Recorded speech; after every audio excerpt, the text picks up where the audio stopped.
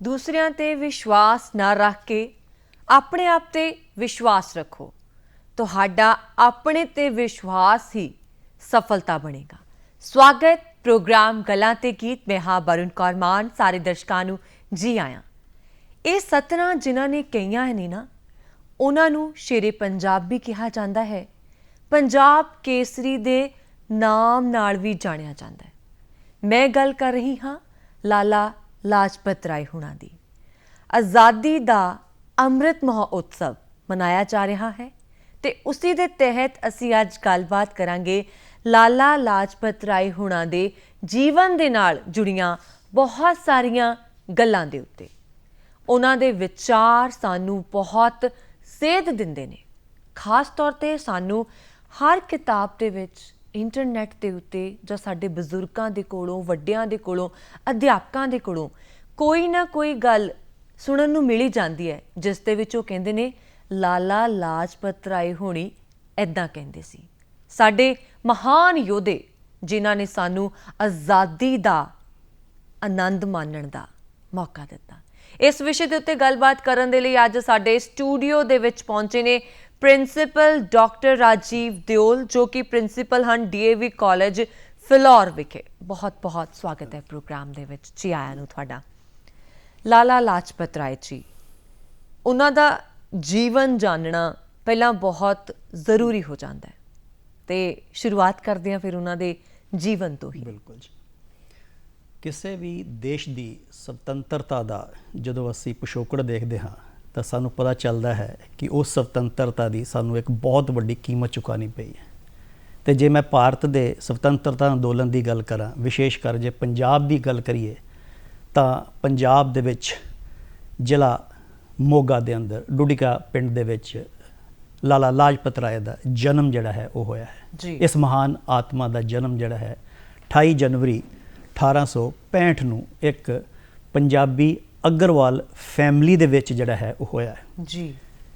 मैं इस करके शब्द यूज़ कर रहा है क्योंकि ये जड़ा छोटा जिहा पिंड है ये सिर्फ लाला लाजपत राय दे करके नहीं बल्कि इस धरती के ऊपर महान गदरी नेता भी पैदा होए ने जिन्हां ने इस लाला लाजपत राय नूं एक नवी चेतना एक दिती है जी। लाला लाजपत राय दे पिता मुंशी राधा कृष्णन जिहड़े कि एक बहुत ही बड़े पर्शियन ते उर्दू दे पोइट सन जिन्हां उत्ते सर सैयद अहमद खान का बहुत ज़्यादा प्रभाव सी। वाह। ते जिहड़ी इन्हां दी माता जी सी गुलाब देवी जिहड़ी कि एक सिख धर्म तो सी उन्हां दी धार्मिक प्रवृत्ति ने भी लाला जी के जीवन में जड़ा है बहुत ही ज़्यादा प्रभावित जड़ा है कीता है जी। जे आपां इन्हां दी परिवार की होर हालत देखिए तो 3 भरा सन। अच्छा जी। जिहड़े कि इन्हां दे नाल सन जी। और एजुकेशन के बारे अगर देखिए तो पिता क्योंकि सरकारी अध्यापक सन इस करके जिहड़ी इन्हां दी मुढ़ली शिक्षा है वो पिता की देख रेख दे विच जिहड़ी है होई। इन्हां दे पिता जिहड़े सी वो मुस्लिम धर्म के एक बहुत बड़े समाज सुधारक सर सैयद अहमद खान तो बहुत ज़्यादा प्रभावित सी। ते जे मैडम तुसी देखोगे तो सर सैयद अहमद खान ने भी मुसलमाना दे अंदर शिक्षा दे प्रचार ते प्रसार वास्ते बहुत ज़्यादा काम किया है। बिल्कुल। सो ये एक परिवारिक मैं कहना परंपरा है जिहड़ी कि लाला लाजपत राय नूं अपने पिता जी दे कोल जिहड़ी मिली है। ना लाला जी ने फिर की कीता है कि लुधियाना दे मिशन हाई स्कूल दे विच फिर रोपड़ और उस तो बाद अगर देखोगे तो 15 साल की उम्र में इन्हों ने अपना मैट्रिक का जड़ा सी एग्जाम पास कर लिया और 1800 अपना जड़ा है शहर दे विच इन्होंने 15 साल की उम्र तो बाद जड़ा है वो लाहौर के अंदर गवर्नमेंट कॉलेज के अंदर लॉ की डिग्री जी है वो प्राप्त करने वास्ते चले गए। तो 1886 के इन्होंने अपनी जी लॉ की डिग्री जी सी वो कंप्लीट की। तो मैं इत्थे जरूर दसना चाहांगा अपने दर्शकों को कुछ समय तक इन्होंने DAV इंस्टीट्यूशन के अंदर अध्यापन का काम भी किया लेकिन वो जल्दी छड्ड के जदों इन्हां दा परिवार जिहड़ा सी वो हिसार चला गया तो इन्होंने फिर जाके हिसार के अंदर अपनी जिहड़ी सी वो प्रैक्टिस शुरू जिहड़ी सी वो कीती। लेकिन 1892 के अंदर तुसीं देखोगे तो हिसार तो छड्ड के इन्होंने जड़ा सी लाहौर हाई कोर्ट के अंदर जाके अपनी जिहड़ी है वो प्रैक्टिस जिहड़ी है वो शुरू की है जी। सो मुढ़ली शिक्षा जिहड़ी है उहदे विच अगर मैं देखदा हाँ तो इन्होंने उर्दू ते पर्शियन दा पूरा जड़ा है वो ज्ञान प्राप्त किया। बिल्कुल। ते ਅੱਜ ਦੀ ਡੇਟ 'ਚ ਅਗਰ ਮੈਂ ਦੇਖਾਂ ਤਾਂ ਅਸੀਂ ਇਹਨਾਂ ਨੂੰ ਇੱਕ ਸਮਾਜ ਸੁਧਾਰਕ ਦੇ ਤੌਰ ਤੇ, ਇੱਕ ਧਾਰਮਿਕ ਸੁਧਾਰ ਦੇ ਤੌਰ ਤੇ ਇੱਕ ਐਜੂਕੇਸ਼ਨਿਸਟ ਤੌਰ ਤੇ ਵੀ ਇਹਨਾਂ ਨੂੰ ਦੇਖਿਆ ਜਾ ਸਕਦਾ, ਕਿਉਂਕਿ ਇਹਨਾਂ ਦਾ ਐਜੂਕੇਸ਼ਨ ਦੇ ਅੰਦਰ ਕਾਫੀ ਹੱਦ ਤੱਕ ਯੋਗਦਾਨ ਜਿਹੜਾ ਹੈ ਉਹ ਰਿਹਾ। ਅਸੀਂ ਲਾਲਾ ਲਾਜਪਤ ਰਾਏ ਜੀ ਨੂੰ ਪੰਜਾਬ ਕੇਸਰੀ ਦੇ ਨਾਮ ਨਾਲ ਜਾਣਦੇ ਹਾਂ, ਸ਼ੇਰੇ ਪੰਜਾਬ ਦੇ ਨਾਮ ਨਾਲ ਜਾਣਦੇ ਹਾਂ। ਕੋਈ ਖਾਸ ਕਾਰਨ ਉਹਨਾਂ ਨੂੰ ਇਹਨਾਂ ਨਾਮਾਂ ਦੇ ਨਾਲ ਨਿਵਾਜਿਆ ਗਿਆ? ਬਿਲਕੁਲ ਜੀ। ਇਤਿਹਾਸ ਦੇ ਅੰਦਰ ਆਮ ਤੌਰ ਤੇ ਅਸੀਂ ਲਾਲਾ ਲਾਜਪਤ ਰਾਏ ਨੂੰ ਸ਼ੇਰੇ ਪੰਜਾਬ ਜਾਂ ਫਿਰ ਪੰਜਾਬ ਕੇਸਰੀ ਦੇ ਨਾਂ ਤੋਂ ਜ਼ਿਆਦਾ ਜਿਹੜਾ ਹੈ ਜਾਣਦੇ ਹਾਂ। ਉਹਦਾ ਇੱਕ ਬਹੁਤ ਵੱਡਾ ਕਾਰਨ ਜਿਹੜਾ ਹੈ ਮੈਡਮ ਉਹ ਇਹ ਹੈ ਕਿ ਲਾਲਾ ਜੀ ਨੇ ਸੁਤੰਤਰਤਾ ਅੰਦੋਲਨ ਦੇ ਵਿੱਚ ਵੱਧ ਚੜ ਕੇ ਜਿਹੜਾ ਹੈ ਉਹ ਹਿੱਸਾ ਲਿਆ। ਬਿਲਕੁਲ। ਔਰ ਵਿਸ਼ੇਸ਼ ਕਰਕੇ 1905 ਤੋਂ ਬਾਅਦ ਜੀ, ਜੇ ਮੈਂ ਇਤਿਹਾਸ ਦੀ ਗੱਲ ਕਰਾਂ ਤੇ 1885 ਤੋਂ ਲੈ ਕੇ 1905 ਤੱਕ ਹਿੰਦੁਸਤਾਨ ਦੇ ਅੰਦਰ ਜਿਹੜਾ ਅੰਦੋਲਨ ਸੀ ਉਹ ਜਿਹੜਾ ਰਿਹਾ ਇੱਕ ਮੋਡਰੇਟ ਦੇ ਹੱਥਾਂ 'ਚ ਰਿਹਾ ਜੀ। ਤੇ ਮੋਡਰੇਟ ਜਿਹੜੇ ਸੀ ਉਹਨਾਂ ਨੇ ਸਿਰਫ ਪੰਜਾਬ ਆਪਣਾ ਹਿੰਦੁਸਤਾਨ ਦੇ ਅੰਦਰ ਇੱਕ ਸਮਾਜਿਕ ਤੇ ਇੱਕ ਜਿਹੜਾ ਹੈ ਉਹ ਪ੍ਰਸ਼ਾਸਨਿਕ ਸੁਧਾਰ ਦੀ ਗੱਲ ਕੀਤੀ, ਕਿਤੇ ਵੀ ਹਿੰਦੁਸਤਾਨ ਦੀ ਸੁਤੰਤਰਤਾ ਦੀ ਗੱਲ ਨਹੀਂ ਹੋਈ ਜੀ। ਲੇਕਿਨ 1907 ਦੇ ਵਿੱਚ ਜਦੋਂ ਕਾਂਗਰਸ ਦਾ ਵਿਭਾਜਨ ਹੋ ਜਾਂਦਾ ਹੈ ਜੀ, ਕਾਂਗਰਸ ਦੋ ਹਿੱਸਿਆਂ 'ਚ ਬਣ ਜਾਂਦੀ ਹੈ ਤੇ ਕਾਂਗਰਸ ਦੇ ਵਿੱਚ ਇੱਕ ਨਵਾਂ ਧੜਾ ਉੱਠ ਕੇ ਆਇਆ ਜਿਹਨੂੰ ਅਸੀਂ ਗਰਮ ਦਲ ਕਹਿੰਦੇ ਆ ਜੀ। ਤੇ ਲਾਲਾ ਲਾਜਪਤ ਰਾਏ ਉਸ ਗਰਮ ਦਲ ਦੇ ਜਿਹੜੇ ਸੀ ਆਗੂ ਨੇਤਾ ਰਹੇ ਨੇ ਜੀ। ਤੇ ਜੇ ਆਪਾਂ ਇਹਨਾਂ ਦੀ ਗੱਲ ਕਰਦੇ ਆ ਤੇ ਫਿਰ ਉਦੋਂ ਕੀ ਆਇਆ ਕਿ ਅਗਰ ਭਾਰਤ ਦੀ ਸੁਤੰਤਰਤਾ ਨੂੰ ਪ੍ਰਾਪਤ ਕਰਨਾ ਹੈ ਤੇ ਫਿਰ ਸਾਨੂੰ ਕੀ ਕਰਨਾ ਪਏਗਾ? ਸਵਦੇਸ਼ੀ ਮੂਵਮੈਂਟ। ਬਿਲਕੁਲ। ਇਹ ਇੱਕ ਨਵਾਂ ਕਨਸੈਪਟ ਸੀ ਬਿਲਕੁਲ ਕਿ ਬੀ ਇੰਡੀਅਨ ਬਾਈ ਇੰਡੀਅਨ, ਭਾਰਤ ਦੀਆਂ ਬਣੀਆਂ ਹੋਈਆਂ ਚੀਜ਼ਾਂ ਨੂੰ ਖਰੀਦਿਆ ਜਾਵੇ ਤੇ ਵੱਧ ਚੜ ਕੇ ਜਿਹੜਾ ਉਹ ਹਿੱਸਾ ਲਿਆ ਜਾਵੇ ਜੀ। ਨੰਬਰ 2 ਕੀ ਹੈ ਕਿ ਇੱਕ ਆਮ ਆਦਮੀ ਜਿਹੜਾ ਹੈ ਉਹਨੂੰ ਇਸ ਸੁਤੰਤਰਤਾ ਦੇ ਅੰਦੋਲਨ ਦੇ ਨਾਲ ਜੋੜਿਆ ਜਾਵੇ ਤਾਂ ਜਾ ਕੇ ਸੁਤੰਤਰਤਾ ਮਿਲਣੀ ਹੈ। ਤੀਸਰੀ ਜਿਹੜੀ ਗੱਲ ਹੈ ਉਹ ਹੈ ਕਿ ਸਾਨੂੰ ਜਿਹੜੀ ਸੁਤੰਤਰਤਾ ਹੈ ਉਹ ਭਿੱਖਿਆ ਦੇ ਰੂਪ 'ਚ ਨਹੀਂ ਚਾਹੀਦੀ। ਬਿਲਕੁਲ। ਇਹ ਮੇਰਾ ਇੱਕ ਬੁਨਿਆਦੀ ਅਧਿਕਾਰ ਹੈ, ਹੱਕ ਹੈ ਸਾਡਾ, ਇਹ ਅਧਿਕਾਰ ਹੈ ਜੀ। ਇਹ ਜਿਹੜੀਆਂ ਚੀਜ਼ਾਂ ਨੇ ਉਹਨਾਂ ਨੇ ਲਾਲਾ ਲਾਜਪਤ ਰਾਏ ਨੂੰ ਪੰਜਾਬ ਕੇਸਰੀ ਤੇ ਲਾਇਨ ਆਫ ਦੀ ਪੰਜਾਬ ਜਿਹਨੂੰ ਸ਼ੇਰੇ ਪੰਜਾਬ ਕਹਿੰਦੇ ਆ, ਕਿਉਂਕਿ ਇਹਨਾਂ ਦੇ ਅੰਦਰ ਕੀ ਸੀ? ਇੱਕ ਡਿਟਰਮੀਨੇਸ਼ਨ ਸੀ, ਜੋਸ਼, ਇੱਕ ਜੋਸ਼ ਸੀ ਕਿ ਜਿਹੜੀ ਸੁਤੰਤਰਤਾ ਹੈ ਉਹ ਉਦੋਂ ਪ੍ਰਾਪਤ ਹੋਣੀ ਹੈ ਜਦੋਂ ਅਸੀਂ ਆਪਣੇ ਆਪ ਨੂੰ ਸੈਕਰੀਫਾਈਸ ਕਰਾਂਗੇ। ਜਿੰਨਾ ਚਿਰ ਅਸੀਂ ਆਪਣਾ ਸੈਕਰੀਫਾਈਸ ਨਹੀਂ ਕਰਾਂਗੇ, ਠੀਕ ਹੈ, ਸਾਨੂੰ ਸੁਤੰਤਰਤਾ ਜਿਹੜੀ ਉਹ ਮਿਲਣ ਵਾਲੀ ਨਹੀਂ। ਸੋ ਇਹ 2-3 ਕਾਰਨ ਐਸੇ ਸੀ ਜਿਨ੍ਹਾਂ ਦੇ ਕਰਕੇ ਇਹਨਾਂ ਨੂੰ, ਔਰ ਮੈਂ ਜਿਸ ਤਰ੍ਹਾਂ ਕਿ ਪਹਿਲਾਂ ਹੀ ਦੱਸਿਆ ਹੈ ਕਿ ਪੰਜਾਬ ਦੀ ਧਰਤੀ ਦੇ ਅੰਦਰ ਇਹ ਇੱਕ ਉਗਰ ਨੇਤਾ ਹੋਏ ਨੇ, ਬਿਲਕੁਲ, ਜਿਨ੍ਹਾਂ ਨੇ ਸੁਤੰਤਰਤਾ ਅੰਦੋਲਨ ਦੇ ਵਿੱਚ ਵੱਧ ਚੜ ਕੇ ਜਿਹੜਾ ਹੈ ਉਹ ਹਿੱਸਾ ਜਿਹੜਾ ਹੈ ਉਹ ਲਿਆ ਹੈ। ਜੀ। ਜਦੋਂ ਅਸੀਂ ਲਾਲਾ ਲਾਜਪਤ ਰਾਏ ਹੁਣਾਂ ਦੀ ਗੱਲ ਕਰਦੇ ਹਾਂ ਤੇ ਆਪਣੇ ਆਪ ਦਿਮਾਗ ਦੇ ਵਿੱਚ ਇੱਕ ਗੱਲ ਆਉਂਦੀ ਹੈ ਕਿ ਉਹ ਨੇ, ਉਹਨਾਂ ਦੇ ਵਿੱਚੋਂ ਇੱਕ ਨੇ ਜਿਨ੍ਹਾਂ ਨੇ ਸਾਡੇ ਦੇਸ਼ ਨੂੰ ਆਜ਼ਾਦ ਕਰਾਇਆ। ਹਰ ਸੁਤੰਤਰਤਾ ਸੈਲਾਨੀ ਦਾ ਵੱਖਰੇ ਵੱਖਰੇ ਤਰੀਕੇ ਦੇ ਨਾਲ ਆਜ਼ਾਦੀ ਅੰਦੋਲਨ ਦੇ ਵਿੱਚ ਯੋਗਦਾਨ ਰਿਹਾ ਹੈ। ਜਦੋਂ ਅਸੀਂ ਗੱਲ ਕਰਦੇ ਹਾਂ ਲਾਲਾ ਜੀ ਦੀ, ਫਿਰ ਉਹਨਾਂ ਦੇ ਯੋਗਦਾਨ ਬਾਰੇ ਤੁਸੀਂ ਕੀ ਕਹੋਗੇ? ਜੇ ਮੈਂ ਸੁਤੰਤਰਤਾ ਅੰਦੋਲਨ ਦਾ ਇਤਿਹਾਸ ਦੇਖਾਂ ਤੇ ਉਹਦੇ ਵਿੱਚ ਯੋਗਦਾਨ ਨੂੰ ਮੈਂ ਮੈਡਮ 2 ਹਿੱਸਿਆਂ 'ਚ ਵੰਡਣਾ ਚਾਹਾਂਗਾ ਜੀ। ਇੱਕ ਅਗਰ ਦੇਖੀਏ ਤੇ ਉਹਨਾਂ ਦੇ ਜਿਹੜੇ ਸਮਾਜਿਕ ਸੁਧਾਰ ਦੇ ਕਾਰਜਕ੍ਰਮ ਵੀ ਚੱਲੇ ਤੇ ਦੂਸਰਾ ਜਿਹੜਾ ਹੈ ਉਹਨਾਂ ਦਾ ਪੋਲੀਟੀਕਲ। ਜੀ। ਮੈਂ ਇੱਥੇ ਥੋੜਾ ਜਿਹਾ ਜ਼ਰੂਰ ਤੁਹਾਨੂੰ ਦੱਸਣਾ ਆਪਣੇ ਦਰਸ਼ਕਾਂ ਨੂੰ ਵੀ ਚਾਹਾਂਗਾ ਕਿ ਲਾਲਾ ਲਾਜਪਤ ਰਾਏ ਦੇ ਉੱਪਰ ਆਰੀਆ ਸਮਾਜ ਦਾ ਕਾਫੀ ਹੱਦ ਤੱਕ ਜਿਹੜਾ ਹੈ ਉਹ ਪ੍ਰਭਾਵ ਜਿਹੜਾ ਹੈ ਉਹ ਦੇਖਣ 'ਚ ਮਿਲਿਆ। ਬਿਲਕੁਲ।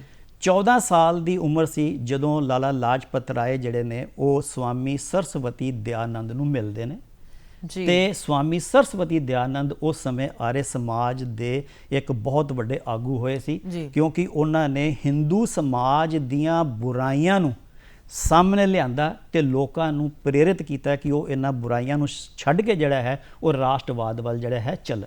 ਜੀ। ਨਾ ਲਾਲਾ ਲਾਜਪਤ ਰਾਏ ਦੇ ਉੱਪਰ ਅਗਰ ਦੇਖਾਂਗੇ ਤੇ ਇਹਨਾਂ ਦਾ ਇੱਕ ਬਹੁਤ ਵੱਡਾ ਪ੍ਰਭਾਵ ਜਿਹੜਾ ਹੈ ਉਹ ਦੇਖਣ 'ਚ ਸਾਨੂੰ ਮਿਲਦਾ ਹੈ। ਜੀ। ਤੇ ਦੂਸਰੀ ਜਿਹੜੀ ਹੈ ਉਹ ਹੈ ਪੋਲੀਟੀਕਲ। ਜੇ ਮੈਂ ਸਮਾਜਿਕ ਸੁਧਾਰ ਤੇ ਪੋਲੀਟੀਕਲ ਨੂੰ ਇਕੱਠਾ ਕਰਦਿਆਂ ਤੇ ਮੈਂ ਇਹ ਕਹਿ ਸਕਦਾ ਹੈ ਕਿ ਲਾਲਾ ਜੀ ਨੇ ਰਾਸ਼ਟਰੀ ਅੰਦੋਲਨ ਦੇ ਵਿੱਚ ਜਿਹੜੀ ਸਭ ਤੋਂ ਵੱਡੀ ਆਪਣੀ ਯੋਗਦਾਨ ਦਿੱਤਾ ਹੈ ਉਹ ਹੈ ਦੇਸ਼ ਦੀ ਸੁਤੰਤਰਤਾ, ਦੇਸ਼ ਦੀ ਆਜ਼ਾਦੀ। ਜੀ।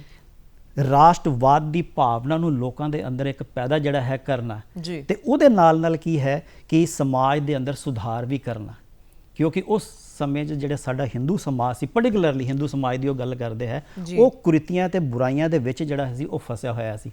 ਜਿੰਨਾ ਚਿਰ ਅਸੀਂ ਉਹਨਾਂ ਨੂੰ ਉੱਥੋਂ ਬਾਹਰ ਨਹੀਂ ਕੱਢਾਂਗੇ ਉਹ ਨਾ ਤੇ ਰਾਸ਼ਟਰਵਾਦ ਦੇ ਨਾਲ ਜੁੜ ਸਕਦੇ ਆ ਤੇ ਨਾ ਹੀ ਉਹ ਦੇਸ਼ ਦੀ ਸੁਤੰਤਰਤਾ ਦੀ ਗੱਲ ਜਿਹੜੀ ਹੈ ਉਹ ਕਰ ਸਕਦੇ ਜੀ। ਇਸ ਕਰਕੇ ਲਾਲਾ ਲਾਜਪਤ ਰਾਏ ਦਾ ਜਿਹੜਾ ਸੀ ਇਹ ਕਨਸੈਪਟ ਸੀ ਕਿ ਸਾਨੂੰ ਪਹਿਲਾਂ ਸਮਾਜ ਸੁਧਾਰ ਜਿਹੜਾ ਹੈ ਉਹ ਬੜਾ ਕਰਨਾ ਜ਼ਰੂਰੀ ਹੈ, ਠੀਕ ਹੈ, ਵਿਸ਼ੇਸ਼ ਕਰ ਐਜੂਕੇਸ਼ਨ ਦਾ ਸੈਕਟਰ ਜਿਹੜਾ ਹੈ ਉੱਥੇ ਕੰਮ ਕਰਨ ਦੀ ਜਿਹੜੀ ਹੈ ਜ਼ਰੂਰਤ ਹੈ, ਠੀਕ ਹੈ, ਤਾਂ ਕਿ ਜਿਹੜੇ ਲੋਕ ਹੈ ਉਹਨਾਂ ਦੀ ਜਿਹੜੀ ਮਾਨਸਿਕਤਾ ਹੈ ਉਹਨੂੰ ਇੱਕ ਚੇਂਜ ਜਿਹੜਾ ਹੈ ਕੀਤਾ ਜਾ ਸਕੇ, ਉਹਨਾਂ ਨੂੰ ਰਾਸ਼ਟਰਵਾਦ ਦੇ ਨਾਲ ਜਿਹੜਾ ਹੈ ਉਹ ਜੋੜਿਆ ਜਾ ਸਕੇ। ਆਪਾਂ ਗੱਲ ਕਰ ਰਹੇ ਹਾਂ ਉਹਨਾਂ ਦੇ ਵੱਲੋਂ ਕੀਤੇ ਗਏ ਸਮਾਜਿਕ ਸੁਧਾਰ ਤੇ ਰਾਜਨੀਤਿਕ ਸੁਧਾਰਾਂ ਦੀ ਵੀ ਗੱਲ ਆਪਾਂ ਕਰ ਰਹੇ ਹਾਂ। ਮੈਨੂੰ ਲੱਗਦਾ ਕਿ ਉਹਨਾਂ ਨੇ ਸਮਾਜ ਸੁਧਾਰ ਦੇ ਲਈ ਜਿਹੜੇ ਕਦਮ ਚੁੱਕੇ ਨੇ ਜਾਂ ਆਪਣੇ ਵਿਚਾਰ ਦਿੱਤੇ ਨੇ ਉਹ ਯਕੀਨਨ ਹਰ ਕਿਸੇ ਦੀ ਜ਼ਿੰਦਗੀ 'ਚ ਕਿਤੇ ਨਾ ਕਿਤੇ ਅਹਿਮ ਭੂਮਿਕਾ ਨਿਭਾਉਂਦੇ ਰਹੇ ਹਨ ਤੇ ਰਹਿਣਗੇ ਵੀ। ਤੇ ਜਦੋਂ ਉਹਨਾਂ ਦੇ ਸਮਾਜ ਸੁਧਾਰਾਂ ਦੀ ਗੱਲ ਕਰਦੇ ਹਾਂ ਲਿਸਟ ਕਾਫੀ ਲੰਬੀ ਹੋ ਜਾਂਦੀ ਹੈ, ਬਹੁਤ ਲੰਬੀ ਹੈ। ਜਿਸ ਤਰ੍ਹਾਂ ਮੈਂ ਸਭ ਤੋਂ ਵੱਡੀ ਗੱਲ ਤੇ ਜਿਹੜੀ ਹੈ ਜੀ, ਉਹਨਾਂ ਨੇ ਅਨਟੱਚੇਬਿਲਿਟੀ, ਅਸਪਰਸ਼ਤਾ, ਬਿਲਕੁਲ, ਜਿਹੜੀ ਕਿ ਸਾਡੇ ਸਮਾਜ ਦੇ ਵਿੱਚ ਇੱਕ ਬਹੁਤ ਵੱਡੀ ਬੁਰਾਈ ਸੀ ਜੀ, ਅੱਜ ਵੀ ਮੈਂ ਉਹਨੂੰ ਦੇਖਦਾ ਹਾਂ, ਉਸ ਨੂੰ ਖਤਮ ਕਰਨ ਵਾਸਤੇ ਉਹਨਾਂ ਨੇ ਜਿਹੜਾ ਹੈ ਇਹ ਕਦਮ ਚੁੱਕਿਆ। ਤੇ ਉਹਨਾਂ ਨੇ ਇੱਕ ਜਗ੍ਹਾ ਤੇ ਲਿਖਿਆ ਵੀ ਹੈ ਕਿ ਹਿੰਦੂ ਸਮਾਜ ਦੇ ਵਿੱਚ ਇਹ ਜਿਹੜੀ ਅਸਪਰਸ਼ਤਾ ਹੈ ਇਹ ਇੱਕ ਬਹੁਤ ਵੱਡੀ ਜਿਹੜੀ ਹੈ ਬੁਰਾਈ ਹੈ, ਅਗਿਆਨਤਾ ਹੈ। ਜਿੰਨਾ ਚਿਰ ਅਸੀਂ ਇਹਨੂੰ ਨਹੀਂ ਛੱਡਾਂਗੇ ਸਾਡਾ ਸਮਾਜ ਅੱਗੇ ਜਿਹੜਾ ਹੈ ਉਹ ਨਹੀਂ ਵਧ ਸਕਦਾ। ਦੂਸਰੀ ਜਿਹੜੀ ਗੱਲ ਹੈ ਉਹ ਹੈ ਇਸਤਰੀ ਐਜੂਕੇਸ਼ਨ। ਜੇ ਆਪਾਂ ਸਮਾਜ ਦੇ ਅੰਦਰ ਇੱਕ ਝਾਤੀ ਮਾਰੀਏ ਤਾਂ ਸਾਡੇ ਸਮਾਜ ਦੇ ਵਿੱਚ ਇਸਤਰੀ ਜਾਤੀ ਔਰ ਉਹਦੀ ਸਿੱਖਿਆ ਨੂੰ ਕੋਈ ਮਹੱਤਵ ਨਹੀਂ ਦਿੱਤਾ ਗਿਆ, ਲੇਕਿਨ ਕਿਉਂਕਿ ਇਹਨਾਂ ਉੱਤੇ ਆਰੇ ਸਮਾਜ ਦਾ ਪ੍ਰਭਾਵ ਸੀ, ਇਸ ਕਰਕੇ ਅਗਰ ਆਪ ਦੇਖੋਗੇ ਤੇ ਇਹਨਾਂ ਨੇ ਕੋ ਐਜੂਕੇਸ਼ਨ, ਇਸਤਰੀ ਦੀ ਐਜੂਕੇਸ਼ਨ ਨੂੰ ਜਿਹੜਾ ਹੈ ਉਹ ਜ਼ਿਆਦਾ ਮਹੱਤਵ ਜਿਹੜਾ ਹੈ ਦਿੱਤਾ। ਨਾਰੀ ਦੇ ਬਾਰੇ ਉਹਨਾਂ ਨੇ ਕਿਹਾ ਹੈ ਕਿ ਹਿੰਦੂ ਸਮਾਜ ਦੇ ਅੰਦਰ ਜਿਹੜੀ ਨਾਰੀ ਹੈ ਉਹਦੇ ਅੰਦਰ ਇੱਕ ਲక్ష్ਮੀ ਵੀ ਹੈ, ਉਹਦੇ ਅੰਦਰ ਇੱਕ ਸਰਸਵਤੀ ਵੀ ਹੈ ਤੇ ਉਹ ਸਾਡੇ ਜੀਵਨ ਦਾ ਜਿਹੜਾ ਹੈ ਆਧਾਰ ਹੈ। ਜਿੰਨਾ ਚਿਰ ਅਸੀਂ ਨਾਰੀ ਦੀ ਪੂਜਾ ਨਹੀਂ ਕਰਦੇ ਹਾਂ, ਉਹਨੂੰ ਇੱਕ ਸਮਾਜ ਦੇ ਅੰਦਰ ਮਕਾਮ ਨਹੀਂ ਦਾਂਗੇ ਜਿਹੜਾ ਉਹਦਾ ਬਣਦਾ ਹੈ, ਹੱਕ ਜਿਹੜਾ ਬਣਦਾ ਹੈ, ਉਦੋਂ ਤੱਕ ਜਿਹੜਾ ਸਾਡਾ ਸਮਾਜ ਹੈ ਉਹ ਅੱਗੇ ਨਹੀਂ ਵਧ ਸਕਦਾ ਜੀ। ਬਿਲਕੁਲ, ਇਹ ਉਹਨਾਂ ਦੀ ਜਿਹੜੀ ਹੈ ਮੈਂ ਮੰਨਦਾ ਹੈ ਕਿ ਸਮਾਜ ਸੁਧਾਰ ਦੇ ਅੰਦਰ ਇੱਕ ਬਹੁਤ ਵੱਡੀ ਜਿਹੜੀ ਹੈ ਉਹ ਦੇਣ ਜਿਹੜੀ ਹੈ ਰਹੇਗੀ, ਜਿਹੜੀ ਅਸੀਂ ਨਹੀਂ ਭੁੱਲ ਸਕਦੇ। ਬਿਲਕੁਲ, ਐਜੂਕੇਸ਼ਨ ਦੇ ਖੇਤਰ ਦੇ ਵਿੱਚ, ਸਿੱਖਿਆ ਦੇ ਖੇਤਰ 'ਚ ਉਹਨਾਂ ਨੇ ਸਮਾਜ ਨੂੰ ਬੜਾ ਯੋਗਦਾਨ ਦਿੱਤਾ ਹੈ, ਕੀ ਕਹੋਗੇ?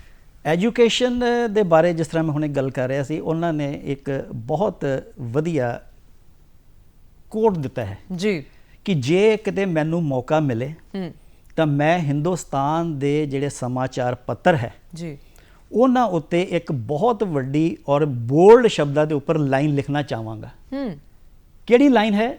ਨੰਬਰ 1 ਕਿ ਜਿੰਨੇ ਵੀ ਬੱਚੇ ਹੈ ਉਹਨਾਂ ਨੂੰ ਪੀਣ ਵਾਸਤੇ ਦੁੱਧ, ਮਿਲਕ ਫਾਰ ਦਾ ਇਨਫੈਂਟ। ਹਾਂਜੀ। Number 2 food for the adult, ਬਿਲਕੁਲ, ਜਿਹੜਾ ਅਡਲਟ ਹੈ ਉਹਨੂੰ ਪੇਟ ਭਰ ਖਾਣਾ ਮਿਲੇ। ਤੇ ਨੰਬਰ 3 ਕੀ ਹੈ? ਐਜੂਕੇਸ਼ਨ ਫਾਰ ਦੀ ਆਲ। ਬਿਲਕੁਲ, ਹੁਣ ਇਹ ਜਿਹੜਾ ਵਰਡ ਹੈ ਐਜੂਕੇਸ਼ਨ ਫਾਰ ਆਲ, ਮੈਂ ਥੋੜਾ ਜਿਹਾ ਅਗਰ ਪਿੱਛੇ ਜਾਵਾਂ ਤਾਂ ਅਸੀਂ ਦੇਖਦੇ ਹਾਂ ਕਿ 1905 ਤੋਂ ਪਹਿਲਾਂ ਜੀ ਮੈਡਮ ਹਿੰਦੁਸਤਾਨ ਦੇ ਅੰਦਰ ਜਿਹੜਾ ਲਾਰਡ ਮੈਕੈਲੇ ਤੇ ਲਾਰਡ ਕਰਜ਼ਨ ਜੀ ਨੇ ਜਿਹੜੀ ਸਿੱਖਿਆ ਪ੍ਰਣਾਲੀ ਦਿੱਤੀ ਸੀ ਉਹ ਹਿੰਦੁਸਤਾਨ ਦੇ ਕਿਸੇ ਵੀ ਅਧਿਕਾਰ ਦੇ ਨਾਲ ਜਾਂ ਕਿਸੇ ਵੀ ਖੇਤਰ ਦੇ ਵਿੱਚ ਦੇਸ਼ ਦੇ ਵਿਕਾਸ ਵਾਸਤੇ ਪੂਰਨ ਉਤਰਦੀ ਨਹੀਂ ਸੀ ਜੀ। ਇਹ ਜਿਹੜੀ ਐਜੂਕੇਸ਼ਨ ਪਾਲਿਸੀ ਸੀ ਉਹਨਾਂ ਦੀ, ਉਹ ਸੀ ਸਿਰਫ ਕਿਹਾ ਸੀ ਇੱਕ ਕੁਆਲਿਟੀਟੇਟਿਵ ਐਜੂਕੇਸ਼ਨਸ, ਇੱਕ ਛੋਟੇ ਜਿਹੇ ਵਰਗ ਵਾਸਤੇ ਐਜੂਕੇਸ਼ਨ ਸੀ, ਕਿਉਂਕਿ ਇੰਗਲਿਸ਼ ਐਜੂਕੇਸ਼ਨ ਸੀ ਜੀ, ਮਹਿੰਗੀ ਐਜੂਕੇਸ਼ਨ ਸੀ ਜੀ, ਹਰ ਆਦਮੀ ਉਹਨੂੰ ਅਫੋਰਡ ਨਹੀਂ ਸੀ ਕਰ ਪਾਉਂਦਾ ਜੀ। ਨਤੀਜਾ ਕੀ ਨਿਕਲਦਾ ਸੀ ਕਿ ਸਾਡੇ ਹਿੰਦੁਸਤਾਨ ਦੇ ਅੰਦਰ ਇੱਕ ਬਹੁਤ ਬੜਾ ਹਿੱਸਾ ਜਿਹੜਾ ਸੀ ਉਹ ਐਜੂਕੇਸ਼ਨ ਤੋਂ ਮਰਹੂਮ ਰਿਹਾ।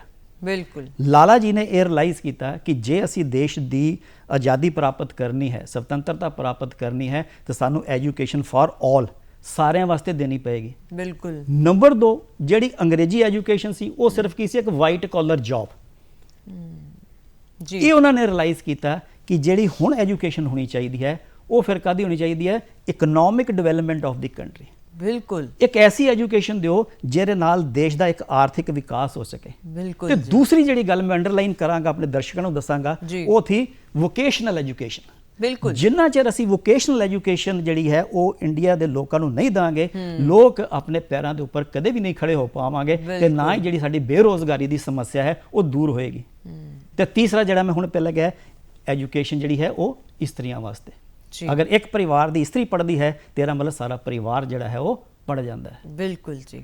ਸੋ ਇਸੇ ਕਰਕੇ ਅਗਰ ਤੁਸੀਂ ਦੇਖੋਗੇ ਤੇ ਸਨ 1886 ਦੇ ਵਿੱਚ ਜੀ ਲਾਲਾ ਲਾਜਪਤ ਰਾਏ ਨੇ ਲਾਹੌਰ ਦੇ ਅੰਦਰ ਪਹਿਲੀ ਡੀਏਵੀ ਸੰਸਥਾ ਦਾ ਨਿਰਮਾਣ ਕੀਤਾ। ਬਿਲਕੁਲ, ਉਹਨਾਂ ਨੇ ਹੀ ਨਿਰਮਾਣ ਕੀਤਾ ਸੀ। ਤੇ ਨੰਬਰ 2 ਉਹਨਾਂ ਦੀ ਮੁਲਾਕਾਤ ਜਿਹੜੀ ਹੈ ਉਹ ਮਹਾਤਮਾ ਹੰਸਰਾਜ ਦੇ ਨਾਲ, ਬਿਲਕੁਲ, ਗੁਰੂ ਦੱਤ ਵਿਦਿਆਰਥੀ ਦੇ ਨਾਲ, ਜਿਹੜੇ ਕਿ ਉਸ ਸਮੇਂ ਪੰਜਾਬ ਦੇ ਵਿੱਚ ਆਰੀਆ ਸਮਾਜ ਦੇ ਬੜੇ ਆਗੂ ਸੀ ਜੀ। ਉਹਨਾਂ ਦੇ ਨਾਲ ਜਿਹੜੀ ਹੈ ਉਹ ਮੁਲਾਕਾਤ ਹੁੰਦੀ ਹੈ ਔਰ ਉਹਨਾਂ ਤੋਂ ਪ੍ਰਭਾਵਿਤ ਹੋ ਕੇ ਸਰਸਵਤੀ ਦਿਆਨੰਦ ਜੀ ਦੀਆਂ ਸਿੱਖਿਆ ਤੋਂ ਪ੍ਰਭਾਵਿਤ ਹੋ ਕੇ ਉਹਨਾਂ ਨੇ ਜਿਹੜੀ ਪਹਿਲੀ ਸੰਸਥਾ ਸੀ ਉਹ ਖੋਲ੍ਹੀ ਤੇ ਸਨ 1921 ਦੇ ਵਿੱਚ ਫਿਰ ਉਹਨਾਂ ਨੇ ਕੀ ਕੀਤਾ ਸੀ, ਲਾਹੌਰ ਦੇ ਅੰਦਰ ਇੱਕ ਨੈਸ਼ਨਲ ਕਾਲਜ ਜਿਹੜਾ ਹੈ ਉਹ ਖੋਲ੍ਹਿਆ ਤਾਂ ਕਿ ਜਿਹੜੀ ਲੋਕਾਂ ਨੂੰ ਜਿਹੜੀ ਹੈ ਸਿੱਖਿਆ ਮਿਲੇ। ਤੇ ਤਿੰਨ ਗੱਲਾਂ ਹੋਰ ਮੈਡਮ ਮੈਂ ਜ਼ਰੂਰ ਇੱਥੇ ਆਪਣੇ ਦਰਸ਼ਕਾਂ ਨੂੰ ਦੱਸਣਾ ਚਾਹਾਂਗਾ ਜਿਹੜੇ ਐਜੂਕੇਸ਼ਨ ਦੇ ਨਾਲ ਸੀ। ਉਹ ਹੈ ਕਿ ਹਿੰਦੁਸਤਾਨ ਦੇ ਅੰਦਰ ਜਿਹੜੀ ਐਜੂਕੇਸ਼ਨ ਹੈ ਉਹ ਸਸਤੀ ਹੋਣੀ ਚਾਹੀਦੀ ਹੈ ਜੀ, ਹਾਂਜੀ ਬਿਲਕੁਲ, ਤਾਂ ਕਿ ਹਰ ਵਰਗ ਜਿਹੜਾ ਹੈ ਉਹਨੂੰ ਪ੍ਰਾਪਤ ਕਰੇ। ਨੰਬਰ 2 ਕਿਹੜਾ ਹੈ ਕਿ ਜਿਹੜੀ ਐਜੂਕੇਸ਼ਨ ਹੈ ਉਹ ਹਿੰਦੁਸਤਾਨ ਦੀ ਸੰਸਕ੍ਰਿਤੀ ਦੇ ਬਾਰੇ, ਜਿਹੜਾ ਸਾਡਾ ਪਿਛੋਕੜ ਹੈ, ਜਿਹੜਾ ਕਿ ਬੜਾ ਮਹਾਨ ਰਿਹਾ, ਸਾਰਿਆਂ ਤੱਕ ਪਹੁੰਚ ਹੋਵੇ ਤੇ ਭਾਰਤ ਦੀ ਸੰਸਕ੍ਰਿਤੀ ਦੇ ਨਾਲ ਜੁੜੀ ਹੋਈ ਹੋਵੇ, ਜਿਹੜਾ ਸਾਡਾ ਗਲੋਰੀਅਸ ਪਾਸਟ ਹੈ, ਤਾਂ ਕਿ ਲੋਕਾਂ ਨੂੰ ਉਹਦੇ ਬਾਰੇ ਪਤਾ ਚੱਲੇ, ਜਾਣਕਾਰੀ ਰਹੇ ਕਿਤੇ।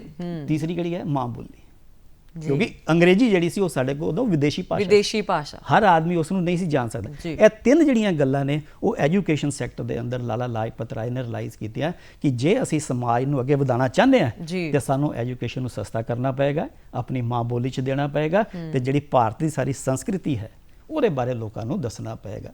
ਆਪਣੀ ਮਾਂ ਬੋਲੀ ਦੇ ਨਾਲ ਜੁੜ ਕੇ ਉਹ ਦੁਨੀਆ ਦੇ ਕਿਸੇ ਵੀ ਦੇਸ਼ ਤੋਂ ਘੱਟ ਨਹੀਂ ਹੈ।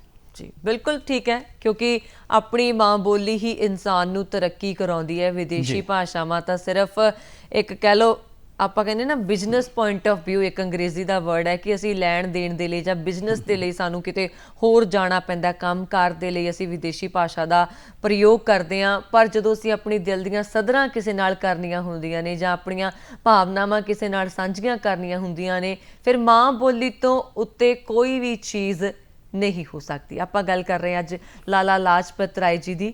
ਹੁਣ ਆਪਾਂ ਆਉਂਦੇ ਹਾਂ ਲਾਲ, ਬਾਲ ਤੇ ਪਾਲ। ਇਹ ਬੜਾ ਅਹਿਮ ਹਿੱਸਾ ਹੈ ਜਦੋਂ ਆਪਾਂ ਲਾਲਾ ਜੀ ਦੀ ਗੱਲ ਕਰ ਰਹੇ ਹਾਂ ਤਾਂ।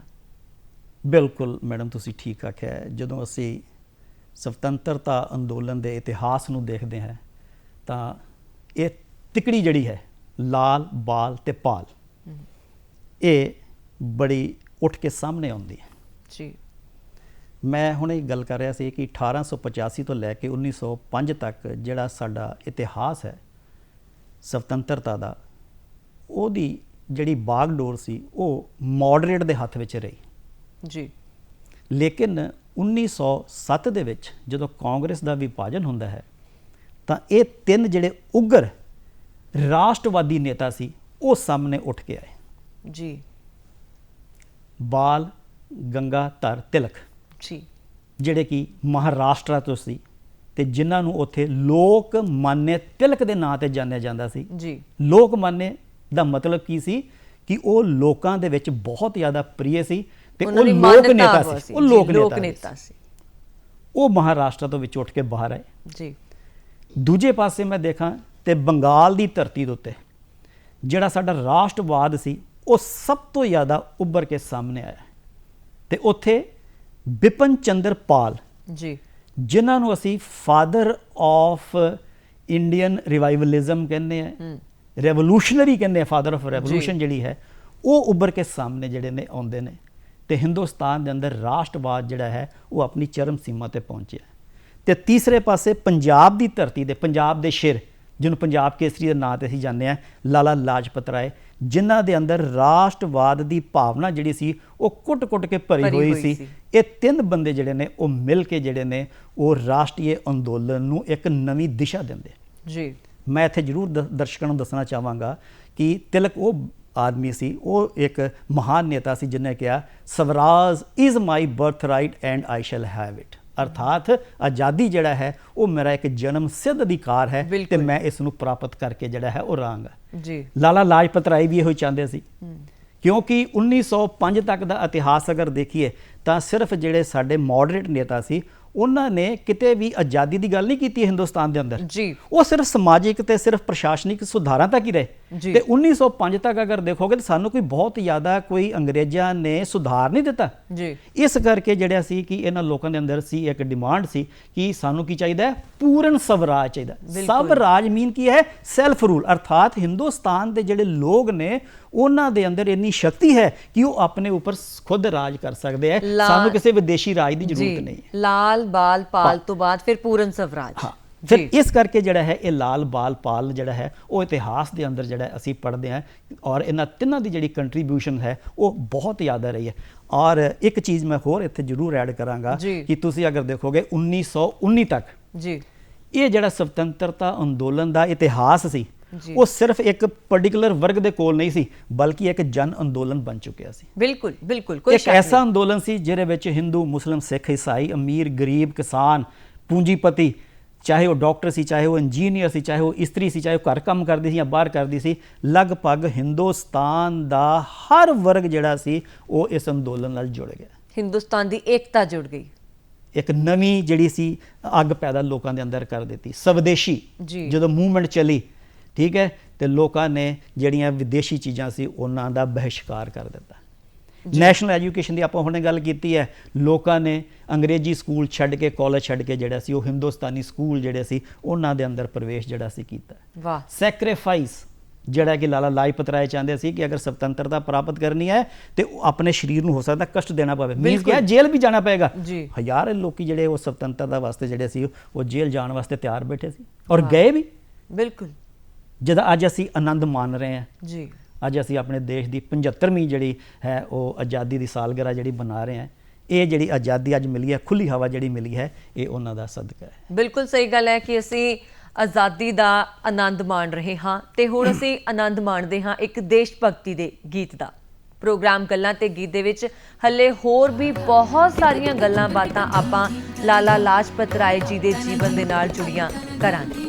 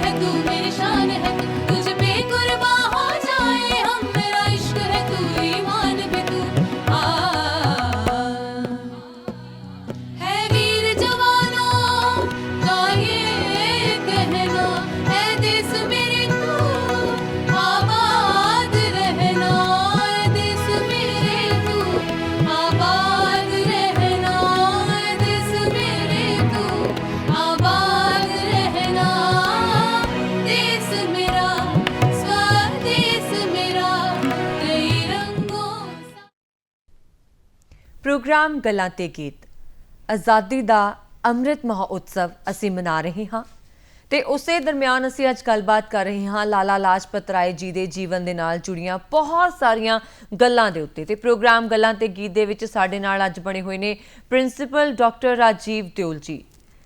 ਰਾਜੀਵ ਦਿਓਲ ਜੀ, ਆਪਾਂ ਦੇਸ਼ ਭਗਤੀ ਦੇ ਗੀਤ ਤੋਂ ਪਹਿਲਾਂ ਗੱਲ ਕਰ ਰਹੇ ਸੀ ਪੂਰਨ ਸਵਰਾਜ ਦੀ।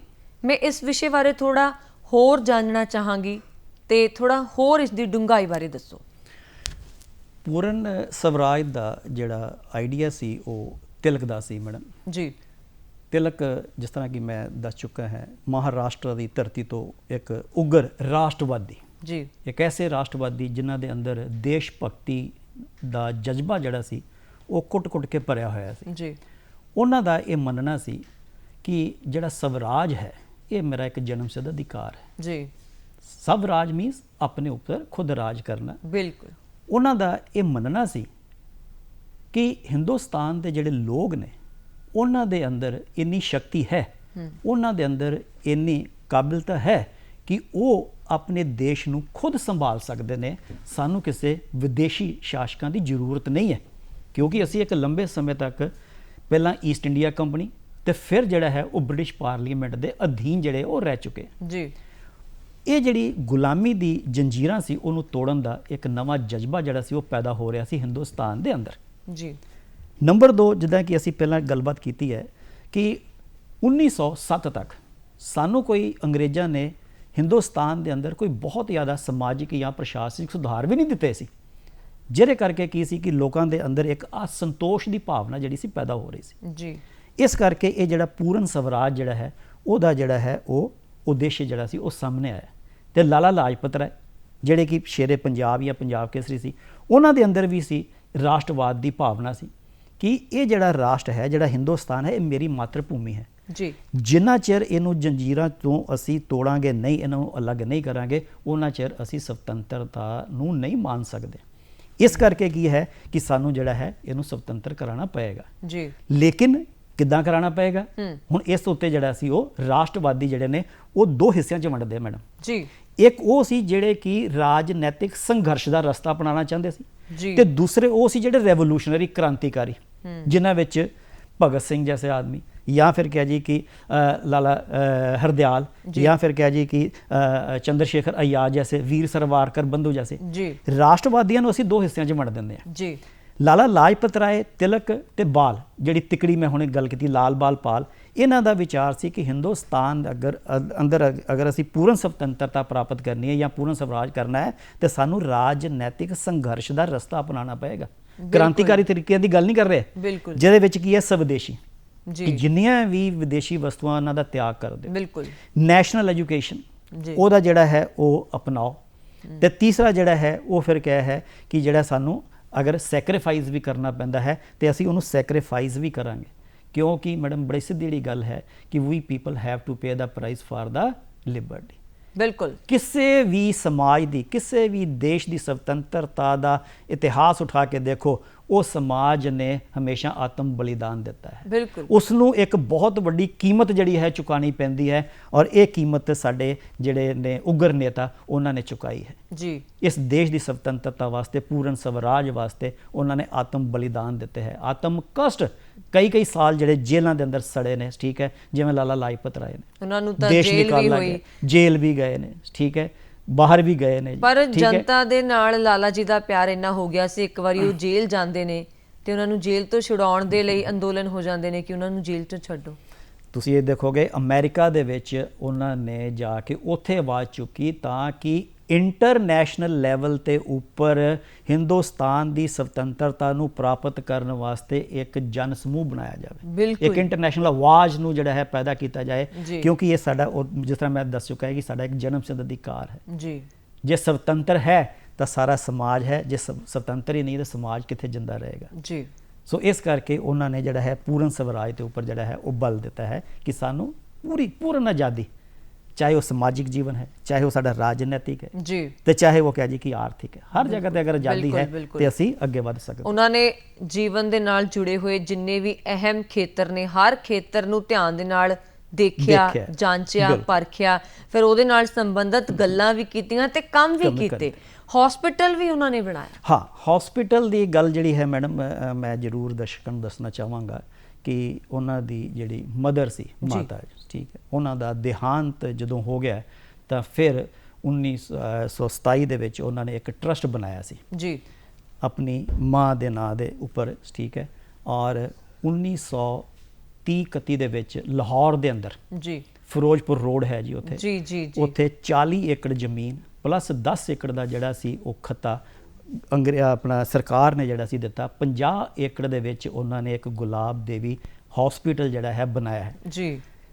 1934 ਦੇ ਵਿੱਚ ਇਹ ਬਣ ਕੇ ਤਿਆਰ ਹੋ ਗਿਆ ਔਰ ਕੰਮ ਸ਼ੁਰੂ ਹੋ ਗਿਆ। ਉਦੋਂ ਮੈਡਮ ਸਿਰਫ ਉੱਥੇ 50 ਬੈੱਡ ਸੀ ਔਰ ਅੱਜ ਦੀ ਡੇਟ ਦੇ ਵਿੱਚ ਜੀ ਇਹ ਹਸਪੀਟਲ ਜਿਹੜਾ ਹੈ ਉਹ ਏਸ਼ੀਆ, ਪਾਰਟਿਕੂਲਰ ਈਸਟ ਏਸ਼ੀਆ ਦੇ ਵਿੱਚ ਸਭ ਤੋਂ ਵੱਡਾ ਹਸਪੀਟਲ ਹੈ, ਜਿਹਦੇ ਵਿੱਚ ਘੱਟੋ ਘੱਟ 1500 ਜਿਹੜਾ ਹੈ ਬੈੱਡ ਦਾ ਇੰਤਜ਼ਾਮ ਜਿਹੜਾ ਹੈ ਕੀਤਾ ਗਿਆ ਹੈ ਜੀ। ਇਹ ਉਹਨਾਂ ਨੇ ਆਪਣੀ ਮਾਤਾ ਦੇ ਨਾਂ ਤੇ ਜਿਹੜਾ ਹੈ ਸਮਰਪਿਤ ਜਿਹੜਾ ਹੈ ਕੀਤਾ ਹੋਇਆ ਹੈ ਔਰ ਅੱਜ ਇਹ ਹਸਪੀਟਲ ਜਿਹੜਾ ਹੈ ਉਹ ਦੁਨੀਆ ਦੇ ਅੰਦਰ ਸਭ ਤੋਂ ਵੱਡਾ ਜਿਹੜਾ ਹਸਪੀਟਲ ਹੈ ਉਹਨੂੰ ਮੰਨਿਆ ਜਾਂਦਾ ਹੈ ਜੀ। ਜੀ ਹੁਣ ਗੱਲ ਕਰਦੇ ਹਾਂ, ਜੇ ਤੁਸੀਂ ਇਹ ਗੱਲ ਹੋਰ ਪੂਰੀ ਕਰਨਾ ਚਾਹੋ ਤਾਂ ਅਸੀਂ ਜ਼ਰੂਰ ਸੁਣਨਾ ਚਾਹਾਂਗੇ ਹਸਪੀਟਲ ਦੀ। ਮੈਨੂੰ ਲੱਗਿਆ ਸ਼ਾਇਦ ਮੈਂ ਤੁਹਾਡੀ ਗੱਲ ਰੋਕ ਦਿੱਤੀ। ਨਹੀਂ, ਮੈਂ ਕਹਿਣ ਲੱਗਾ ਸੀ ਕਿ ਇਹ ਜਿਹੜੀ ਹੈ ਉਹ ਇੱਕ ਬਹੁਤ ਵੱਡੀ ਮਾਨਵ ਸੇਵਾ ਹੈ ਜਿਹੜੀ ਉਦੋਂ ਉਹਨਾਂ ਦੇ ਦਿਲ ਦੇ ਵਿੱਚ ਆਈ। ਜੀ ਬਿਲਕੁਲ, ਕਿਉਂਕਿ ਉਹਨਾਂ ਦੇ ਜਿਹੜੇ ਮਾਤਾ ਜੀ ਸੀ ਉਹ ਇਸ ਚੀਜ਼ ਤੋਂ ਜਿਹੜੇ ਨੇ ਉਹ ਪ੍ਰਭਾਵਿਤ ਰਹੇ ਤੇ ਉਹਨਾਂ ਦੇ ਦਿਲ ਦੇ ਅੰਦਰ ਇਹ ਪੈਦਾ ਸੀ ਕਿ ਇਹ ਜਿਹੜੀ ਸਮਾਜ ਸੇਵਾ ਹੈ ਉਹ ਇਸ ਤੋਂ ਵਧੀਆ ਕੋਈ ਹੋਰ ਰਸਤਾ ਨਹੀਂ। ਮਤਲਬ ਉਹੀ ਗੱਲ ਹੋ ਗਈ ਕਿ ਲਾਲਾ ਲਾਜਪਤ ਰਾਏ ਹੋਣਾ ਨੇ ਜੀਵਨ ਦੇ ਵਿੱਚ ਜਿਹੜੀ ਕਮੀ ਨੂੰ ਦੇਖਿਆ ਉਹਦੇ ਬਾਰੇ ਸਮਝਾਇਆ ਵੀ ਤੇ ਲਾਗੂ ਵੀ ਕੀਤਾ। ਹੁਣ ਸਭ ਤੋਂ ਅਹਿਮ ਚੀਜ਼, ਉੱਦਾਂ ਤਾਂ ਉਹਨਾਂ ਦੇ ਜੀਵਨ ਦੇ ਨਾਲ ਜੁੜੀ ਹੋਈ ਹਰ ਗੱਲ ਹੀ ਬਹੁਤ ਅਹਿਮ ਹੈ, ਪਰ ਜੇ ਸਾਈਮਨ ਕਮਿਸ਼ਨ ਨਾ ਆਉਂਦਾ ਤੇ ਲਾਲਾ ਜੀ ਦੀ ਉਮਰ ਹੋਰ ਲੰਬੀ ਹੁੰਦੀ। ਹਾਂ, ਬਿਲਕੁਲ ਤੁਹਾਡੀ ਗੱਲ ਠੀਕ ਹੈ।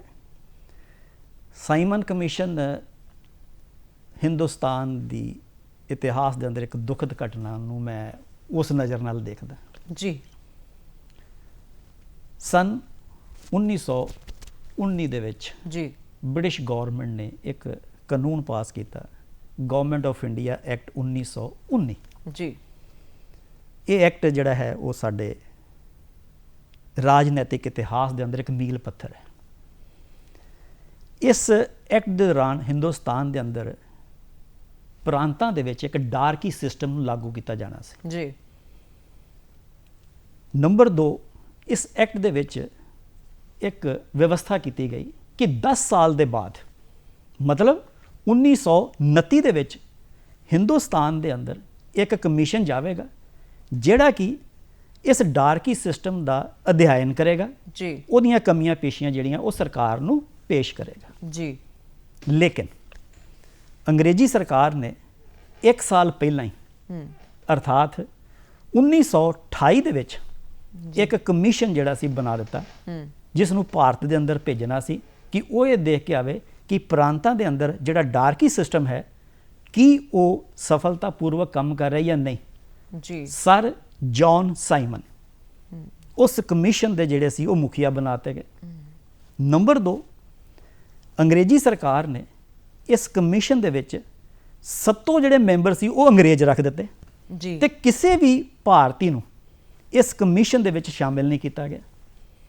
ਜਦੋਂ ਇਹ ਗੱਲ ਹਿੰਦੁਸਤਾਨੀਆਂ ਨੂੰ ਪਤਾ ਚੱਲੀ, ਉਗਰ ਨੇਤਾ ਨੂੰ ਪਤਾ ਚੱਲੀ ਜੀ, ਪਾਰਟਿਕੂਲਰਲੀ ਕਾਂਗਰਸ ਦੇ ਅੰਦਰ ਇਸ ਚੀਜ਼ ਦਾ ਵਿਰੋਧ ਹੋਇਆ। ਪੰਡਿਤ ਜਵਾਹਰ ਲਾਲ ਨਹਿਰੂ, ਮਹਾਤਮਾ ਗਾਂਧੀ ਨੇ ਇਸ ਦਾ ਵਿਰੋਧ ਕੀਤਾ ਜੀ। ਨਾ ਕੇਵਲ ਕਾਂਗਰਸ ਨੇ ਕੀਤਾ ਬਲਕਿ ਮੁਸਲਿਮ ਲੀਗ ਦੇ ਜਿਹੜਾ ਨੇਤਾ ਸੀ ਮੁਹੰਮਦ ਅਲੀ ਜਿਨਾ ਜੀ, ਉਹਨਾਂ ਨੇ ਵੀ ਇਸ ਦਾ ਵਿਰੋਧ ਕੀਤਾ ਕਿ ਜਿਹੜਾ ਸਾਈਮਨ ਕਮਿਸ਼ਨ ਹੈ ਉਹ ਕਦੀ ਵੀ ਭਾਰਤੀਆਂ ਦੇ ਨਾਲ ਨਿਆਂ ਨਹੀਂ ਕਰੇਗਾ ਕਿਉਂਕਿ ਇਹਦੇ 'ਚ ਇੱਕ ਵੀ ਭਾਰਤੀ ਬੰਦਾ ਜਿਹੜਾ ਸ਼ਾਮਿਲ ਨਹੀਂ ਹੈ। ਬਿਲਕੁਲ, ਕਿਉਂਕਿ ਸਾਨੂੰ ਉਮੀਦ ਸੀ ਕਿ ਇਹ ਕਮਿਸ਼ਨ ਜਿਹੜਾ 1929 ਚ ਆਏਗਾ ਤੇ ਉਹਦੇ ਵਿੱਚ ਕੋਈ ਨਾ ਕੋਈ ਜਿਹੜਾ ਇੰਡੀਅਨ ਮੈਂਬਰ ਸ਼ਾਮਿਲ ਹੋਏਗਾ ਤੇ ਅਸੀਂ ਆਪਣੀ ਗੱਲ ਜਿਹੜੀ ਹੈ ਅੰਗਰੇਜ਼ੀ ਸਰਕਾਰ ਤੱਕ ਪਹੁੰਚਾ ਸਕਾਂਗੇ। ਲੇਕਿਨ 1928 ਦੇ ਵਿੱਚ ਜਦੋਂ ਇੱਕ ਕਮਿਸ਼ਨ ਬਣਦਾ ਹੈ, ਭਾਰਤੀਆਂ ਦੇ ਅੰਦਰ ਇੱਕ ਨਿਰਾਸ਼ਾ ਦਾ ਦੌਰ ਪੈਦਾ ਹੋ ਗਿਆ ਜੀ ਕਿ ਸਾਡੇ ਨਾਲ ਨਿਆਂ ਨਹੀਂ ਹੋਣਾ। ਜਿਹੜੀ ਅਸੀਂ ਮੰਗ ਕਰਦੇ ਹਾਂ, ਜਿਹੜੇ ਅਸੀਂ ਲੜ ਰਹੇ ਹਾਂ, ਜਿਹੜੀ ਆਪਣੇ ਸਵਰਾਜ ਦੀ ਗੱਲ ਕਰਦੇ ਹਾਂ, ਸੈਲਫ ਰੂਲ ਦੀ ਗੱਲ ਕਰਦੇ ਹਾਂ, ਉਹ ਤਾਂ ਕਦੀ ਵੀ ਪੂਰੀ ਨਹੀਂ ਹੋਣੀ ਹੈ ਜੀ। ਨਤੀਜਾ ਤੁਸੀਂ ਦੇਖੋਗੇ ਮੈਡਮ ਕਿ ਜਦੋਂ ਇਹ ਕਮਿਸ਼ਨ ਬੰਬੇ ਪਹੁੰਚਦਾ ਹੈ 4 ਫਰਵਰੀ ਨੂੰ, ਠੀਕ ਹੈ, ਇਸ ਦਾ ਵਿਰੋਧ ਜਿਹੜਾ ਸੀ ਉੱਥੇ ਸ਼ੁਰੂ ਹੋ ਗਿਆ। ਦੂਜੇ ਪਾਸੇ ਲਾਲਾ ਲਾਜਪਤ ਰਾਏ ਨੇ ਪੰਜਾਬ ਅਸੈਂਬਲੀ ਦੇ ਵਿੱਚ ਇਸ ਕਮਿਸ਼ਨ ਨੂੰ ਅਪੋਜ਼ ਕਰਨ ਵਾਸਤੇ ਇੱਕ ਬਿੱਲ ਜਿਹੜਾ ਸੀ ਪ੍ਰਸਤੁਤ ਕਰਤਾ ਜੀ। ਉਸ ਟਾਈਮ ਤੇ ਪੰਜਾਬ ਅਗਰ ਦੇਖੋਗੇ ਤੇ ਬੜਾ ਰਾਸ਼ਟਰੀ ਅੰਦੋਲਨ ਦੇ ਅੰਦਰ ਉਗਰ ਰੂਪ ਜਿਹੜਾ ਸੀ ਲੈ ਰਿਹਾ ਸੀ ਔਰ ਲਾਲਾ ਲਾਜਪਤ ਰਾਏ ਇਸ ਨੂੰ ਲੀਡ ਜਿਹੜਾ ਸੀ ਉਹ ਕਰ ਰਹੇ ਸੀ। 30 ਫਰਵਰੀ ਨੂੰ ਜਦੋਂ 30 ਅਕਤੂਬਰ ਨੂੰ ਜਦੋਂ ਇਹ ਅੰਦੋਲਨ ਆਪਣਾ ਸਾਈਮਨ ਕਮਿਸ਼ਨ ਜਿਹੜਾ ਹੈ ਉਹ ਲਾਹੌਰ ਪਹੁੰਚਦਾ ਹੈ ਤੇ ਇਸ ਕਮਿਸ਼ਨ ਦਾ ਜਿਹੜਾ ਹੈ ਉੱਥੇ ਡਟ ਕੇ ਜਿਹੜਾ ਹੈ ਵਿਰੋਧ ਜਿਹੜਾ ਹੈ ਕੀਤਾ ਗਿਆ ਔਰ ਇਹ ਜਿਹੜਾ ਵਿਰੋਧ ਕੀਤਾ ਗਿਆ ਉਸ ਨੂੰ ਲੀਡ ਕੌਣ ਕਰ ਰਿਹਾ ਸੀ? ਲਾਲਾ ਲਾਜਪਤ ਰਾਏ ਜੀ। ਅੰਗਰੇਜ਼ੀ ਹਕੂਮਤ ਨੂੰ ਇਹ ਚੀਜ਼ ਬਰਦਾਸ਼ਤ ਨਹੀਂ ਸੀ ਕਿ ਸਾਈਮਨ ਕਮਿਸ਼ਨ ਜਿਹੜਾ ਹਿੰਦੁਸਤਾਨ ਦੇ ਅੰਦਰ ਡਾਰਕੀ ਸਿਸਟਮ ਵਾਸਤੇ ਆਇਆ ਹੈ, ਜਿਹੜੀ ਜਾਂਚ ਪੜਤਾਲ ਕਰਨੀ ਹੈ, ਉਸ ਦਾ ਵਿਰੋਧ ਕੀਤਾ ਜਾਏ। ਸਾਈਮਨ ਕਮਿਸ਼ਨ ਵਾਪਸ ਜਾਓ, ਤੇ ਉੱਥੇ ਨਾਰਾ ਆਇਆ ਸੀ ਸਾਈਮਨ ਕਮਿਸ਼ਨ ਵਾਪਸ ਜਾਓ, ਠੀਕ ਹੈ। ਔਰ ਉਸ ਵਿਦਰੋਹ ਦੇ ਅੰਦਰ ਕਿਹਾ ਸੀ ਕਿ ਲਾਠੀ ਚਾਰਜ ਕੀਤਾ ਗਿਆ ਔਰ ਉਹ ਜਿਹੜੀ ਲਾਠੀਆਂ ਸੀ ਉਹ ਲਾਲਾ ਲਾਜਪਤ ਰਾਏ ਦੇ ਸਰੀਰ ਤੇ ਵੀ ਪਈਆਂ, ਜਦੋਂ ਉਹਨਾਂ ਨੇ ਕਿਹਾ ਕਿ ਇਹ ਜਿਹੜੀ ਇੱਕ ਇੱਕ ਲਾਠੀ ਹੈ ਜਿਹੜੀ ਮੇਰੇ ਸਰੀਰ ਤੇ ਪਈ ਹੈ ਉਹ ਅੰਗਰੇਜ਼ੀ ਰਾਜ ਦੇ ਤਬੂਤ ਦੇ ਅੰਦਰ ਇੱਕ ਇੱਕ ਕਿੱਲ ਜਿਹੜੀ ਹੈ ਉਹ ਸਭ ਜਿਹੜੀ ਹੋਏ। ਬਿਲਕੁਲ। ਨਤੀਜਾ ਇਹ ਨਿਕਲਿਆ ਕਿ ਲਾਲਾ ਜੀ ਦੀ ਸ਼ਹਾਦਤ ਜੀ ਇੱਕ ਬੜਾ ਦੁਖਦ ਸੀ। 15 ਦਿਨ ਤੱਕ ਲਾਲਾ ਜੀ ਆਪਣੇ ਜੀਵਨ ਦੇ ਨਾਲ ਜਿਹੜੇ ਹੈ ਲੜਦੇ ਰਹੇ, ਲੇਕਿਨ 15 ਦਿਨਾਂ ਦੇ ਬਾਅਦ ਉਹ ਇਸ ਦੁਨੀਆ ਨੂੰ ਅਲਵਿਦਾ ਕਹਿ ਗਏ ਤੇ ਉਸ ਸਮੇਂ ਕੇਵਲ 63 ਸਾਲ ਦੀ ਉਮਰ ਜਿਹੜੀ ਸੀ ਉਹਨਾਂ ਦੀ ਸੀ ਟੋਟਲ। ਜੀ। ਉਹ ਲਾਲਾ ਲਾਜਪਤ ਰਾਏ ਜਿਹਨੂੰ ਅਸੀਂ ਸ਼ੇਰ ਪੰਜਾਬ ਕਹਿੰਦੇ ਸੀ, ਪੰਜਾਬ ਕੇਸਰੀ ਕਹਿੰਦੇ ਸੀ ਜੀ, ਜਿਹਦੀ ਇੱਕ ਦਹਾੜ ਦੇ ਨਾਲ ਪੰਜਾਬ ਦੇ ਅੰਦਰ ਲੋਕ ਜਿਹੜੇ ਸੀ ਉਹ ਰਾਸ਼ਟਰੀ ਅੰਦੋਲਨ ਦੇ ਅੰਦਰ ਵੱਧ ਚੜ ਕੇ ਹਿੱਸਾ ਲੈ ਰਹੇ ਸੀ, ਉਹ ਇਸ ਦੁਨੀਆ ਨੂੰ ਅਲਵਿਦਾ ਕਹਿ ਗਿਆ ਜੀ। ਸ਼ਹਾਦਤ ਜ਼ਰੂਰ ਹੋਈ ਹੈ ਜੀ, ਲੇਕਿਨ ਜਿਸ ਤਰ੍ਹਾਂ ਕਿ ਮੈਂ ਪਹਿਲਾਂ ਕਿਹਾ ਸੀ, ਕੋਈ ਵੀ ਕੌਮ ਜਿਹੜੀ ਹੈ ਜਿੰਨਾ ਚਿਰ ਉਹ ਆਪਣੀ ਸ਼ਹਾਦਤਾਂ ਨਹੀਂ ਦਿੰਦੀ ਉਹ ਸੁਤੰਤਰ ਨਹੀਂ ਹੁੰਦੀ। ਅੱਜ ਜਿਹੜੀ ਸੁਤੰਤਰਤਾ ਨੂੰ ਅਸੀਂ ਮਾਨ ਰਹੇ ਹਾਂ, ਜਿਹੜੀ ਅਸੀਂ ਇੱਕ ਖੁੱਲੀ ਸਾਹ ਲੈ ਰਹੇ ਹਾਂ, ਇਹ ਉਹਨਾਂ ਸ਼ਹਾਦਤਾਂ ਦਾ ਪਰਿਣਾਮ ਹੈ। ਬਿਲਕੁਲ, ਇਹ ਉਹਨਾਂ ਸ਼ਹਾਦਤਾਂ ਦਾ ਹੀ ਪਰਿਣਾਮ ਹੈ। ਲਾਲਾ ਲਾਜਪਤ ਰਾਏ ਜੀ ਦੇ ਜੀਵਨ ਦੇ ਨਾਲ ਜੁੜੀਆਂ ਆਪਾਂ ਗੱਲਾਂ ਬਾਤਾਂ ਕੀਤੀਆਂ। ਸਮਾਂ ਆਪਣੇ ਕੋਲ ਬਹੁਤ ਥੋੜਾ ਰਹਿ ਗਿਆ। ਕੋਈ ਖਾਸ ਗੱਲ, ਕੋਈ ਖਾਸ ਸੰਦੇਸ਼ ਤੁਸੀਂ ਜਾਂਦੇ ਹੋਏ ਦੇਣਾ ਚਾਹੋ? ਮੈਂ ਆਪਣੇ ਦਰਸ਼ਕਾਂ ਨੂੰ ਜ਼ਰੂਰ ਕਹਾਂਗਾ ਕਿ ਲਾਲਾ ਲਾਜਪਤ ਰਾਏ ਦੇ ਜੀਵਨ ਦਾ ਇਤਿਹਾਸ ਅਸੀਂ ਜਦੋਂ ਪੜ੍ਹਦੇ ਹਾਂ ਤਾਂ ਉਹਨਾਂ ਦੀਆਂ ਜਿਹੜੀਆਂ 2-3 ਗੱਲਾਂ ਜਿਹੜੀਆਂ ਮੈਨੂੰ ਬਹੁਤ ਜ਼ਿਆਦਾ ਪ੍ਰਭਾਵਿਤ ਕਰਦੀਆਂ ਹੈ, ਉਹ ਹੈ ਇੱਕ ਰਾਸ਼ਟਰਵਾਦ ਦੀ ਭਾਵਨਾ ਹਰ ਆਦਮੀ ਦੇ ਅੰਦਰ ਹੋਣੀ ਚਾਹੀਦੀ ਹੈ। ਰਾਸ਼ਟਰਵਾਦ ਕੀ ਹੈ? ਆਪਣੀ ਜਨਮ ਭੂਮੀ ਦੇ ਨਾਲ ਜੁੜਨਾ ਜੀ, ਆਪਣੇ ਰਾਸ਼ਟਰ ਦੇ ਨਾਲ ਪਿਆਰ ਜਿਹੜਾ ਹੈ ਕਰਨਾ, ਕਿਸੇ ਧਰਮ ਦੇ ਨਾਲ ਨਹੀਂ, ਕਿਸੇ ਜਾਤੀ ਦੇ ਨਾਲ ਨਹੀਂ ਹੈ। ਇਸ ਕਰਕੇ ਤੁਸੀਂ ਅਗਰ ਦੇਖੋਗੇ ਤਾਂ ਲਾਲਾ ਲਾਜਪਤ ਰਾਏ ਨੇ ਹਿੰਦੂ ਰਿਵਾਈਵਲਿਜ਼ਮ ਤੇ ਨੈਸ਼ਨਲਿਜ਼ਮ ਨੂੰ ਇਕੱਠਾ ਕਰਕੇ ਉਹਨਾਂ ਨੇ ਜਿਹੜਾ ਸੰਦੇਸ਼ ਦਿੱਤਾ ਹੈ ਉਹ ਹੈ ਧਰਮ ਨਿਰਪੇਖ ਜੀ, ਸੈਕੂਲਰਿਜ਼ਮ ਦਾ ਜਿਹੜਾ ਦਿੱਤਾ ਹੈ ਕਿ ਸਾਰੇ ਧਰਮ, ਸਾਰੀਆਂ ਜਾਤੀਆਂ ਜਿਹੜੀਆਂ ਨੇ, ਸਾਰੇ ਵਰਗ ਜਿਹੜੇ ਨੇ ਉਹ ਬਰਾਬਰ ਹੈ। ਤੇ ਮੇਰਾ ਖਿਆਲ ਹੈ ਜਿਹੜੀ ਇਹ ਇਕੁਐਲਿਟੀ ਹੈ ਜੀ, ਮਾਨਵਤਾ ਦੇ ਅੰਦਰ ਜਿਹੜੀ ਸਮਾਨਤਾ ਹੈ ਜੀ, ਇਸ ਤੋਂ ਵੱਡਾ ਮੇਰਾ ਖਿਆਲ ਕੋਈ ਸੰਦੇਸ਼ ਨਹੀਂ ਹੋ ਸਕਦਾ। ਜੇ ਅਸੀਂ ਇਸ ਧਰਤੀ ਦੇ ਉੱਪਰ ਹਾਂ ਤਾਂ ਸਾਰੇ ਅਸੀਂ ਬਰਾਬਰ ਹਾਂ, ਇੱਕ ਰਾਸ਼ਟਰੀ ਏਕਤਾ ਦੇ ਨਾਲ ਜਿਹੜੇ ਜੁੜੇ ਹਾਂ।